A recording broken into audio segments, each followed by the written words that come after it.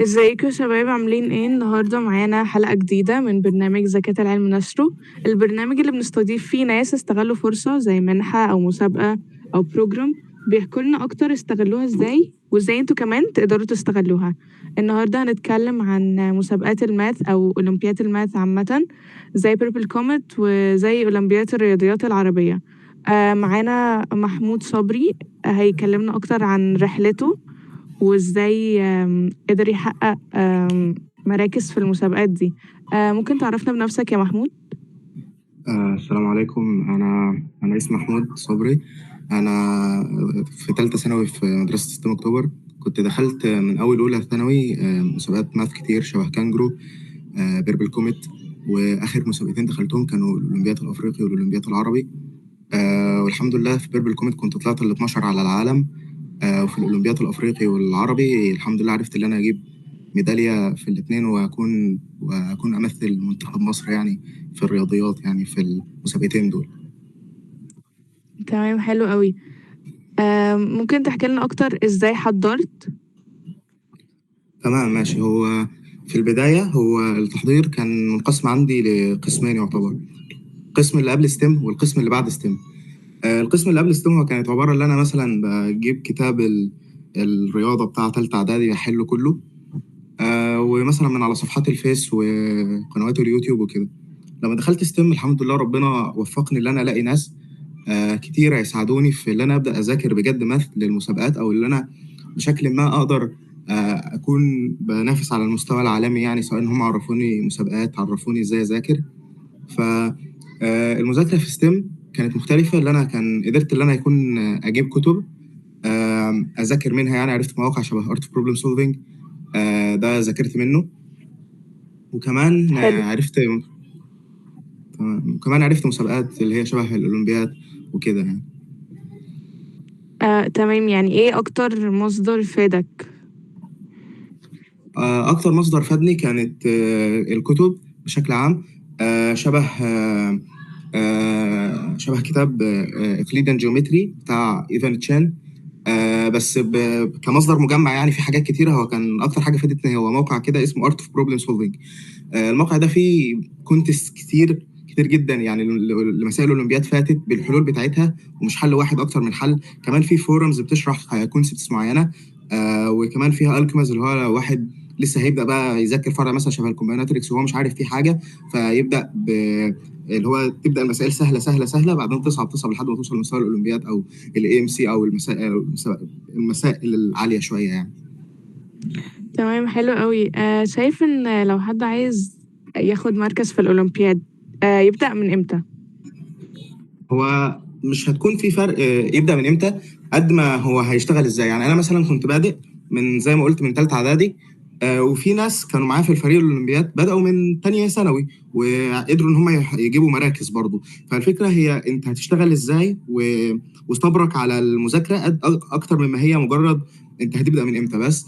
ممكن نقول لو هي إجابة عامة، لو هو حد مهتم فممكن يبدأ مثلا من أولى ثانوي أو كده علشان يقدر يجيب مركز في مسابقة كبيرة شبه الأيمو أو البامو أو كده. تمام. ممكن تكلمنا أكتر عن ايه أنواع الأسئلة اللي بيركزوا عليها؟ تمام ماشي. هو في الأولمبياد عموما وحتى المسابقات مثلا هي شبه بيربل كوميت ما بيكونش فيها كالكولاس أو ما بيكونش فيها لينير الجبرا أو الحاجات اللي احنا بندرسها في المدرسة. هو بيكون ماث مختلف، بيتكون من 4 فروع رئيسية: الجيومتري والنمبر ثيوري والالجبرا والكومبيناتوريكس. الالجبرا هنا هي مثلا بتنقسم ل3 حاجات: الانيكواليتيز والفانكشنال ايكويشنز والسيكونس والسيريز. واما الجيومتري فهي بقى بتبدا مثلا من بايثاغوران ثيورم لحد ما توصل للهارمونيك جيومتري او حاجات متقدمه يعني. اما الكومبايناتريكس هو فرع جديد كليا على بتوع ستيم، مثلا ممكن بيدرسوه في سنه تانية ثانوي، حاجه بسيطه. بس هو بيتكلم مثلا عن لو انا عندي عدد من الناس معينه، ازاي ارتبهم بطريقه معينه، ان هو لازم يكون كل اه واحد اه جنب التاني عارفة. او كده. بس مثلا في اسئله بتوصل اصعب بقى عندنا في الاولمبياد، اللي هو مثلا بيجيب ايه، بيجيب كومبايناتوريال جيومتري، او بيدمج الجيومتري بالكومبايناتوريكس. يعني بيجيب اشكال جيومتري معينه، بيقول حاول تجيب فورم بحيث ان انت دايما الاشكال دي تركب في بعضها، بحيث ان هم يدونا مثلا مكعب، او يدونا مثلا سيركل، او يدونا اي حاجه. اما اخر حاجه اللي هو النمبر ثيري، هو فرع اساسا مش بندرسه في ستيم ولا ثانوي عام. بس هو مثلا بيتكلم عن اللي انت دلوقتي لو انت عندك ست مغلقه من الاعداد، او حتى لو مش مغلقه، بس مثلا الاعداد اللي هي الناتشورال نمبرز او كده، مثلا ومديك معادله ان هو اكس سكويرد بلس واي سكويرد ايكوال 5، ولازم يكون، ويقول لك مثلا هات الاكس والواي. فهنا انت تعرف هنا ان الاكس لازم يكون انتجر، او والواي لازم يكون انتجر. ففي الحاله ديت بيكون لها قوانين زياده، او اساليب مذاكره مختلفه غير اللي احنا متعرفينها عن الريل نمبرز. عشان مثلا معادله في الفورم ديت في الريل نمبرز مش هيكون لها حل، اما مثلا في النمبر ثيوري او لو على الان هيكون لها حل تاني. تمام، يعني شكل الأسئلة قوية فعلا. طيب ايه يعني ممكن تقول لنا أكتر عن يعني ازاي كنت يعني غير المذاكرة بقى من الكتب وكده وبتحل على طول وبتحل من الويب سايتس وكده، ازاي انت كنت بتوفق ما بين بقى مذاكرة الماس اللي في المدرسة عادي والماس اللي بتاع المسابقة؟ هو اللي خلاني اقدر اوفق ما بينهم هو اللي انا كنت بدات اول سنه خالص، لما هي مثلا كانت الاولمبياد لسه راجعه مصر من السنه اللي فاتت يعني. فانا من اجازه سنه اولى كنت بدات اذاكر بقى في الاولمبياد وكده، والحمد لله وصلت لمستوى كويس فيها.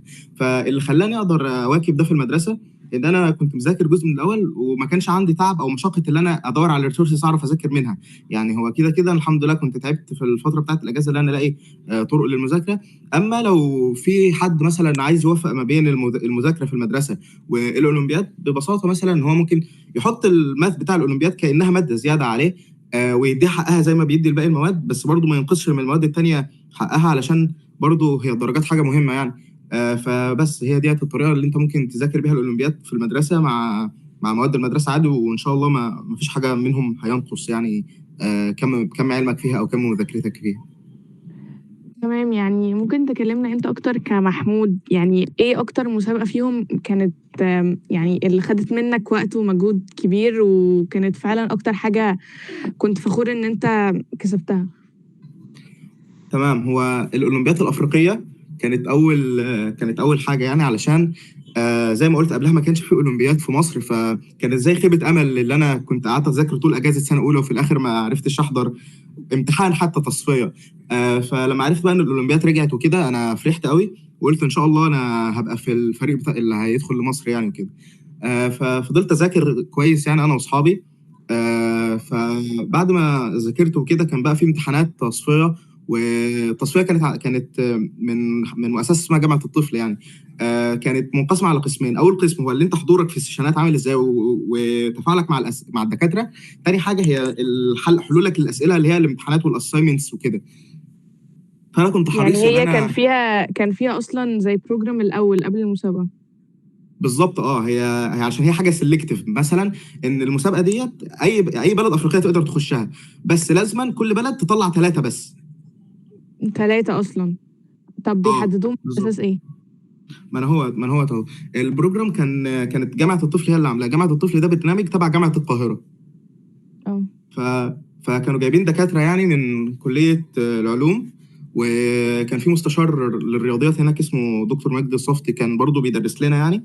والمدرسين اللي هم كانوا بيدرسوا لنا برضه كانوا ما شاء الله كانوا كويسين جدا في الماث. فكانوا بيعملوا لنا ايه، كانوا بيعملوا لنا مثلا السيشن.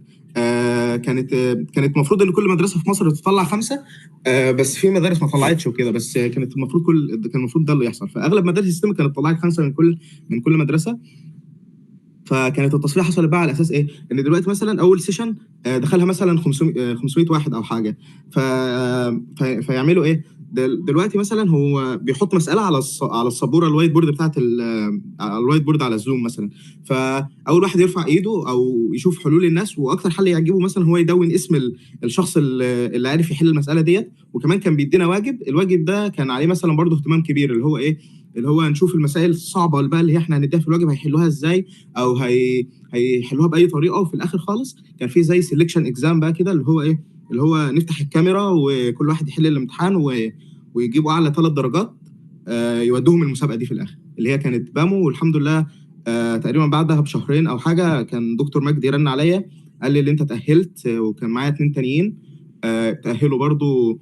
والحمد لله كلنا رحنا وجبنا ميداليات. هي كانت المفروض المسابقه ديت كنا المفروض نسافر لها في جنوب افريقيا، بس للاسف كانت في مشاكل في الفيزا او كده، ما عرفناش نسافر. بس بعدها في الامو او الاولمبياد العربيه عرفنا نسافر فكده. بس كاكتر حاجه كانت حسيت ان انا ممتن ان انا دخلتها، او حسيت بفرحه من اللي انا جبت فيها ميداليه، كانت الاولمبياد الافريقيه، علشان هي كانت اول مره يعني من زمان. شكلها سيلكتيف قوي فعلا. تمام. ممكن تقول لنا يعني انت شايف ان الحاجة اللي خلتك مميز في كل ده ان انت اصلا المجهود، ولا الموضوع بيبقى فطرة اكتر او ذكاء اكتر؟ لا، هو اكيد الفطره بتتغلب على الموضوع، بس هي الفكره في حاجه ان انت دلوقتي لو انت مش بتحب الماث فهتعرف تذاكر ازاي؟ فانا شايف ان جزء الفطره هنا هو كونك بتحب الماده دي. اما لو واحد بيحب الماده بس مش ما كانش كويس فيها قوي، بس قعد واتك على نفسه وفضل يذاكر لحد ما مثلا هيعرف يحل يعني، وهيعرف يبقى في الفريق وهيعرف يجيب ميدالز يعني. فهي الموضوع مش فطره قوي قد ما هي فكره اجتهاد، واللي انت تقعد تذاكر ومثلا يعني انا فاكر كانت في مسائل جيومتري كنت بقعد فيها مثلا 4 ساعات علشان اعرف احلها، مع ان اللي انا يعني اكتر فرع كنت كويس فيه هو الجيومتري. بس الفكره بس ان في ناس ممكن تقعد نص ساعه او ربع ساعه ما تعرفش تحل، فتشك في قدرات نفسها بقى وتقول اللي هو لا دي صعبه عليا ومش عارف احل فيها حاجه، في حين ان هي المسائل معموله عشان تكون صعبه. يعني في دكاتره كانت في دكاتره في جامعه القاهره او جامعه عين شمس ساعات كانت لما كانوا بيحلوا معانا مسائل بامو في وقت التحضير بقى الاخير او كده، كانوا بيتعثروا في مسائل واحنا كنا بنفكر مع بعض كده، شبه عصف ذهني يعني. اه طيب، يعني انت شايف ايه اكتر حاجة ممكن يعني تدي نصيحة تديها للشخص وهو بيذاكر ماث، ان هو يعرف يحل المسائل دي كويس؟ ان هو اصلا يبقى عنده بيس كويسة، ولا ان هو يبذل مجهود في الجديد؟ لا، هو المفروض الاول يكون عنده بيس كويسه، يعني مثلا يكون عارف مثلا في الجيومتري يكون عارف القوانين الاساسيه، يكون عارف قوانين الدايره مثلا. وفي بعدها يفتح كتاب مثلا شبه اقليديان جيومتري بتاع ايفان تشين، يقعد يقراه بقى ويفهمه قوي ويحل المسائل اللي عليه، فكده هيبقى يتدرب بقى زياده يعني. فهو ده اللي ممكن يعمله يعني. يعني انت كنت قول لنا بالظبط، يعني انت كنت بتذاكر ازاي؟ من يعني مش اللي هو كنت بتفتح الكتاب وبتعمل ويب سايتس وكده، بس قصدي like the steps. تمام اول ماشي. حاجة مثلا هو انت. تمام. اول حاجه انا هقولها مثلا دلوقتي انت عندك هتكلم على فرع تمام. اوكي. تمام. دلوقتي انا هبدا بالجيومتري. الجيومتري كانت الاول خالص انا ما كنتش عارف هبدا ازاي، فكانت في قناه على اليوتيوب اسمها الهندسه بالفيديو. ساعتها كان اللي بيعملها كان اسمه محمد انور، هو استاذ عربي يعني. فكان بيحل مسائل كان بيحل مسائل سهله شويه، بس بيقول لك هو بيحلها ازاي وبيقول لك بيشرحها لك يعني. فخلصت البلاي ليست ساعتها كلها، كانت تقريبا 100 فيديو، كل فيديو 5 دقائق او 10 دقائق او حاجه.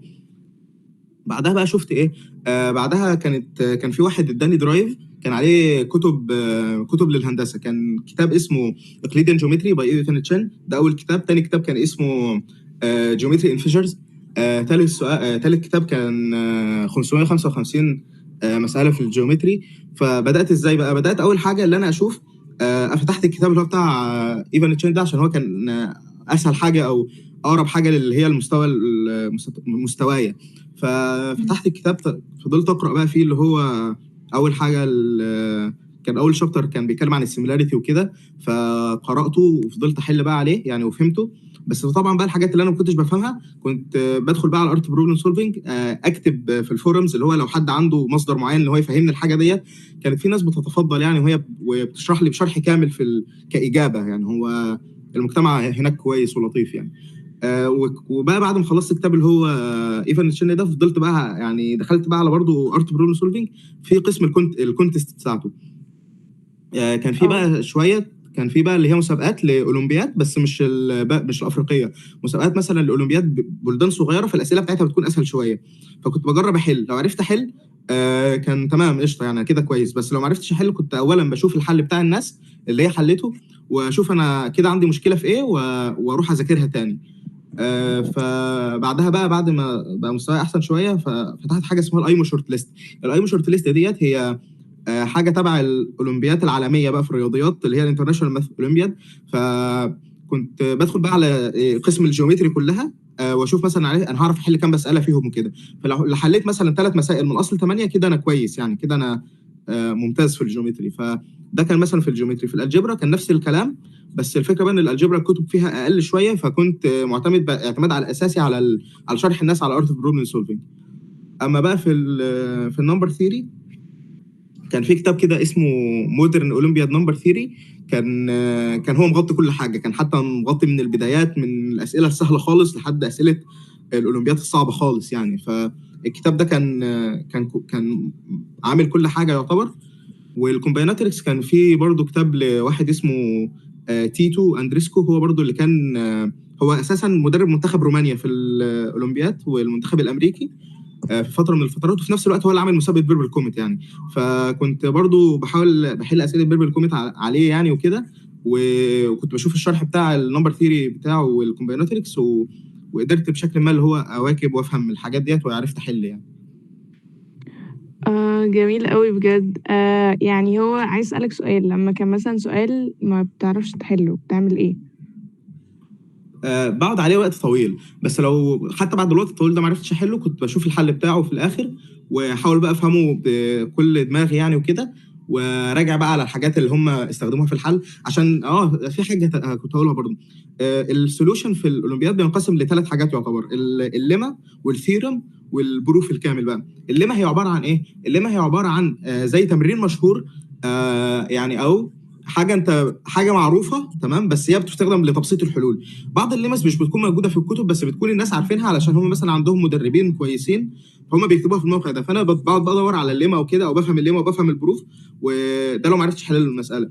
وبدور على الليمه وبدور على البروف واشوف هم جابوها منين او كده، واحفظها عندي واحفظ البروف بتاعها او افهمه يعني. وعشان لو قابلت مساله تانية فيها نفس المشكله او هتحتاج الليمه ديت عشان احلها، كنت ببساطه بكون عارفها قبل كده يعني. تمام. حاسة ان الموضوع overwhelming كده، فانت ازاي قدرت يعني تنظم وقتك كل يوم، او كان مذاكرة الماس بتاخد كام ساعة من وقتك في اليوم؟ تمام ماشي. هو ساعتها كنت في اجازه زي ما قلت، بس انا هتكلم بقى عن وقت الاجازه ووقت الدراسه. في وقت الاجازه كنت طبعا يعني كانت اغلب وقتي كنت بذاكر ماث يعني. هو الفكره ان انت ما دام بتحب الحاجه وراك هدف معين، فانت بتكون عايز تجيب تحققه يعني مهما كان اه بالظبط. المجهود. فالفكره دلوقتي ان انت دلوقتي في ناس بتنافس معاك، الناس اللي بتنافس معاك بتعمل مجهود. فانت لو عملت مجهود متساوي انت كده ما فيش فرق بينك وبينك، فانت المفروض تعمل ضعف المجهود او 3 اضعافه او قد ما تقدر عليه. فكنت مثلا بذاكر في حدود مثلا 3 4 ساعات في اليوم مذاكره، وبحل بقى على قد ما اقدر يعني. وكمان اللي كان بيساعدني على كده واللي كان بيهون عليا اللي هي الفتره ديت، وبحس ان مش بحس بملل او بزهق او بكده، اللي انا كان معايا اصحابي برضو كانوا الحمد لله هم قدروا ان هم يكونوا معايا في التيم، بس كنا عاملين جروب مع بعض، كنا بنبعت لبعض مسائل وكده كنا بنحلها. وكان الموضوع يعني ساعتها في الوقت ده كان بيهون علينا او بيحسسنا ان احنا بنتقدم اهوت، واللي احنا ما دام بنحل في السيشنات. فكان الموضوع مثلا بيصفى على 7 ساعات مذاكره مع حل. و... وفي الدراسه بقى كانت مثلا مع بدايه الدراسه قللت مثلا للنص او حاجه يعني 3 ساعات ونص في اليوم، عشان ساعتها برضه زي ما قلت ان انا كنت الحمد لله قدرت ان انا اكون عندي معرفه كويسه، وزائد برضو ان انا اعرف اذاكر للمنهج واذاكر الكيمياء والفيزياء والاحياء وكده. تمام، حلو قوي ان صحابك يبقوا معاك ويموتيفيتس يو كده. طيب، يعني عشان نختم الحلقة، شايف ايه اكتر اهم نصيحة المفروض تديها لحد لسه مثلا داخل اولى ثانوي وبيحب الماث بس مش عارف يبدأ منين او يدخل ايه بالظبط في المسابقات؟ اول حاجه هو المفروض يبدا بقى بالحاجات السهله شويه، اللي هي زي كانجرو، بيربل كوميت، ويشوف نفسه يعني لو هو كويس او لا. بعدها لو هو مثلا حس ان هو كويس او ان هو عايز يكمل في الماث، ممكن يعمل ايه؟ ممكن ببساطه يشوف مثلا فيديوهات على اليوتيوب، ناس بتحل مسائل سهله شويه، ناس بتعرف ايه الفرق ما بين النمبر ثيوري والالجبرا وكذا وكذا.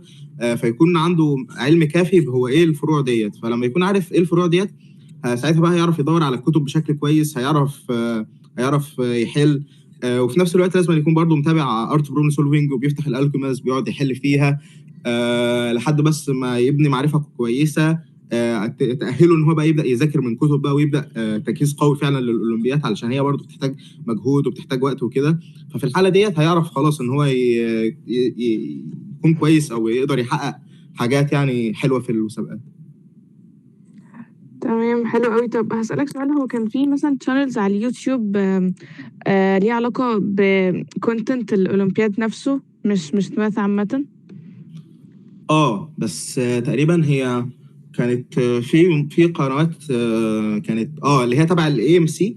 الاي ام سي دي هي الامريكان ماث كومبيتيشن، هي حاجه شبه بيربل كوميت. او بيربل كوميت هي في نفس المستوى يعني. فانت لو كتبت مثلا امريكان ماث كومبيتيشن، او هي ايه اسمها اي ام سي 12 2024 اكزام مثلا سوليوشنز او كده، هيطلع لك واحد بيحلها يعني، وهي ديت اقرب حاجه للاولمبياد لواحد عايز يبدا.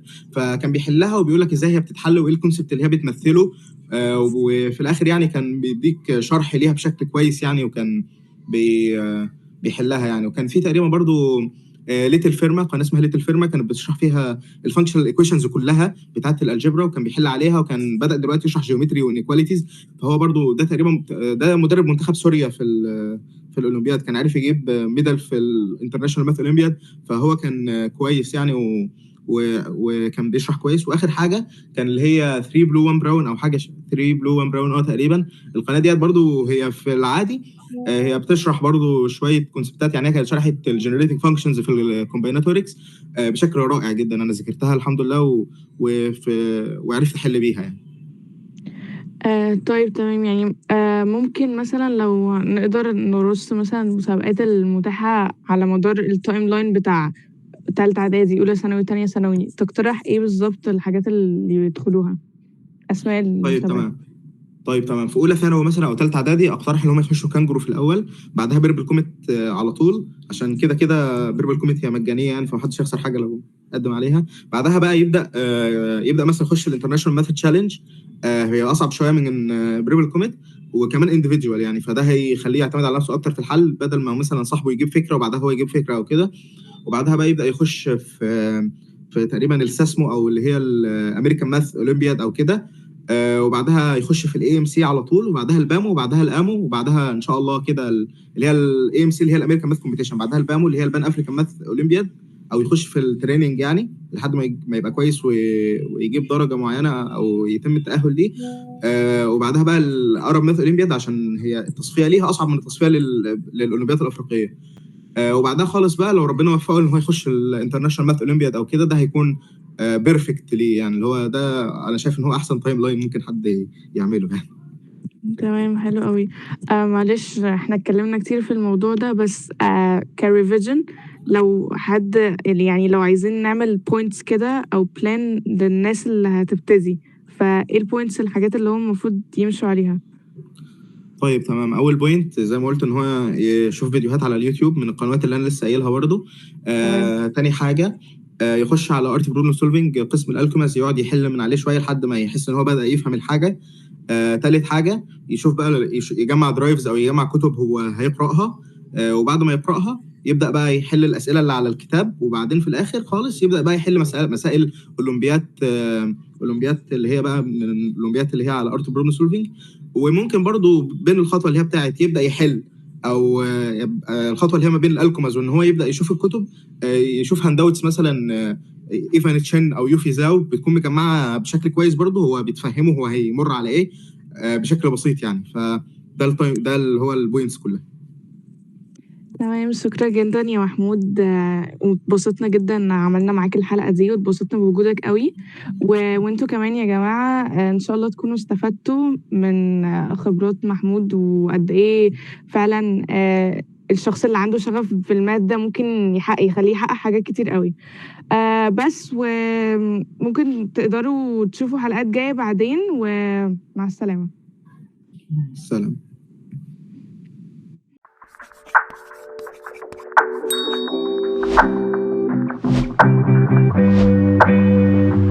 Thank you.